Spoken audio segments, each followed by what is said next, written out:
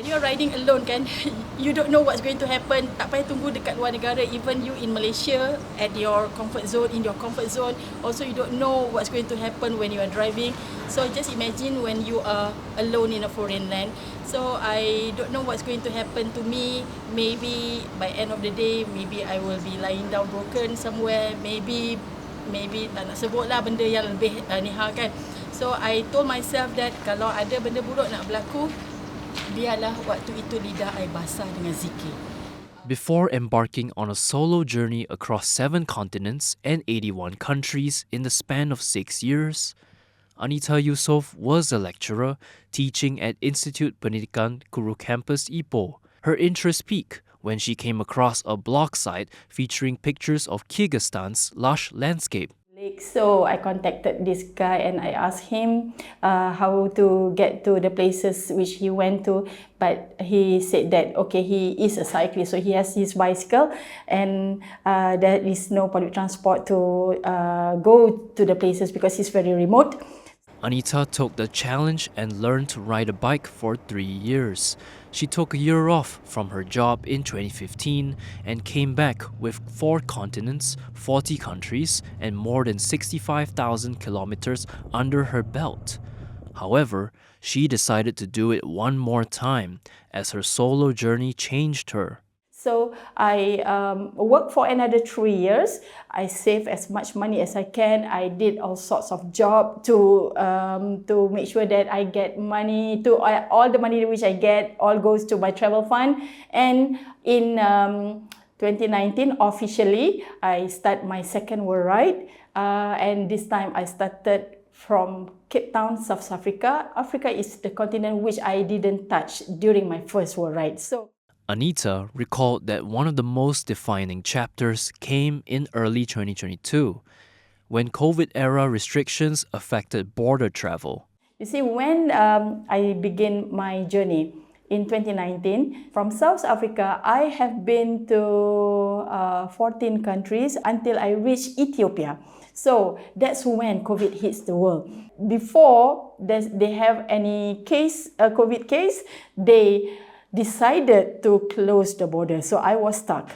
So after discussing with some friends, adventure riders from other countries, but we are all scattered in the African continent, some in Uganda, some in South Africa, some in Namibia. So I decided that, okay, I'm going to leave my bike in Ethiopia.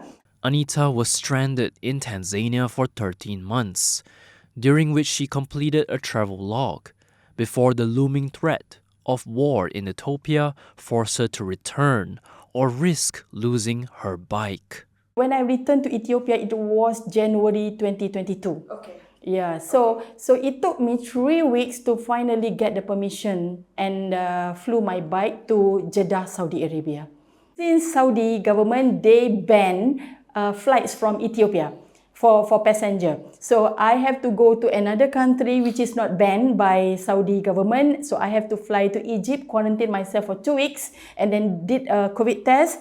So everything clear, then only I can fly to Jeddah, quarantine again for 5 days, 1 week. Then only I'm out and then I can take my bike. And I'm very, very thankful to our Malaysian consulate in Jeddah because they helped to get the bike from the agent and then store my bike at the consulate, waiting for me to reunite with my bike. Anita dreamed bigger. She dreamed of posing with her bike against the backdrop of Masjid Al-Haram, but it was socially restrictive for women riders in Saudi Arabia in early 2022. Only official government taxis at that time could enter the mosque compound. So I tried my luck on the last day I'm in Mecca. Alhamdulillah. I managed to pass like 4 checkpoints. Like I am like invisible. They don't see me passing through. So it was my magic, really, really magic. And at that time, a Malaysian woman Anita knew followed her in a taxi and recorded her passing through the checkpoints. Anita achieved her dreams in Mecca. There is a guard there. He was looking at us, but he didn't come and chase us out. No.